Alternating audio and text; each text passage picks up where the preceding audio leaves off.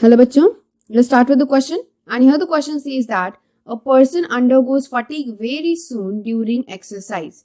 And reason is that a muscle fibers undergoes oxygen debate during exercise. तो यहाँ पे assertion and reason correct है कि नहीं उसके अकॉर्डिंग हमें यहाँ पे बताना है which is our correct statement और मतलब A to D में से कौन सा ऑप्शन करेक्ट रहेगा.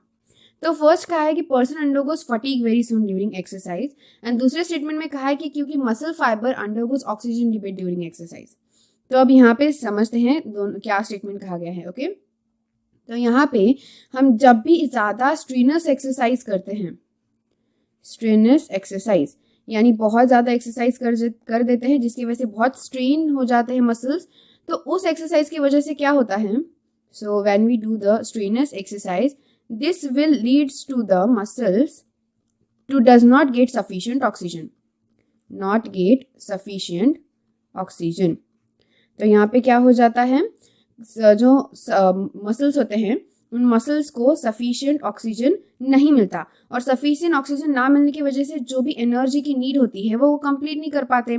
तो उसी की वजह से ऑक्सीजन जब एब्सेंट होगा तो एब्सेंस ऑफ ऑक्सीजन में क्या हो जाएगा कि जो पर्सन है that will get fatigue very soon. उसको क्या हो जाएगा फटीग्ड वेरी सूनर, क्योंकि यहाँ पे क्या प्रॉब्लम हो गया है कि जो ऑक्सीजन जितना अमाउंट में प्रेजेंट होना चाहिए उतना है ही नहीं. तो उसकी वजह से जो मसल्स है उनको क्या हो जाएगा जल्दी फटीग आ जाएगा.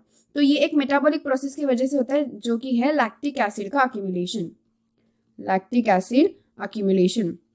तो यहाँ पे क्या हो जाता है, लैक्टिक एसिड क्या हो जाता है अक्यूमुलेट्स हो जाता है, यानी कि जब भी ज्यादा ओवर एक्सरसाइज कोई पर्सन कर लेता है एंड जब पूरी तरीके से जो ऑक्सीजन है वो अगर बॉडी में खत्म हो जाए तो उसकी वजह से जो लैक्टिक एसिड होता है ना वो अक्यूमुलेट हो जाता है.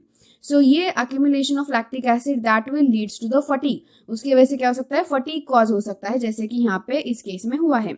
लेकिन साथ ही साथ जब ऑक्सीजन जो है उसका कंजम्पशन मसल्स ज्यादा कर देते हैं, एक्स्ट्रा कर देते हैं, तो एक्स्ट्रा ऑक्सीजन कंजम्पशन जो होता है उसको हम कहते हैं oxygen debate. So here you right extra oxygen consumption. जब एक्स्ट्रा क्या हो जाता है ऑक्सीजन का कंजम्पशन हो जाता है, extra oxygen consumption of muscles then we will say it as a oxygen डिबेट. तो उसे हम ऑक्सीजन डिबेट कहते हैं. यानी इस टाइम पे ये क्या सिचुएशन है कि मसल जो है वो ज्यादा ऑक्सीजन कंज्यूम कर रहे हैं, पर यहाँ पे जो पर्सन फटीग हो रहा है वो क्यों हो रहा है, क्योंकि ऑक्सीजन ही खत्म हो गया है, सफिशिएंट ऑक्सीजन है ही नहीं. और यहाँ ऑक्सीजन डिबेट मतलब क्या होता है, ऑक्सीजन डिबेट की एक ऐसी कंडीशन है जहाँ पे ऑक्सीजन ज्यादा हो गया, जितना लिमिट में होना चाहिए उससे ज्यादा हो गया. तो उसकी वजह से क्या हो जाएगा, लैक्टिक एसिड का जो ऑक्सीडाइजिंग होगा that is oxidising of accumulated lactic acid हो जाएगा, दैट इज एरोबिकली हो जाएगा, जिसकी वजह से क्रिएटिन फॉस्फेट और एटीपी जो है वो तैयार हो जाएंगे यहाँ पे. तो इसीलिए दोनों एकदम स्टेटमेंट अपोजिट दिए गए हैं. सो दैट्स वाई यहाँ पे ये स्टेटमेंट कैसा आएगा, it will become wrong. So muscle fibres undergoes oxygen debate during exercise.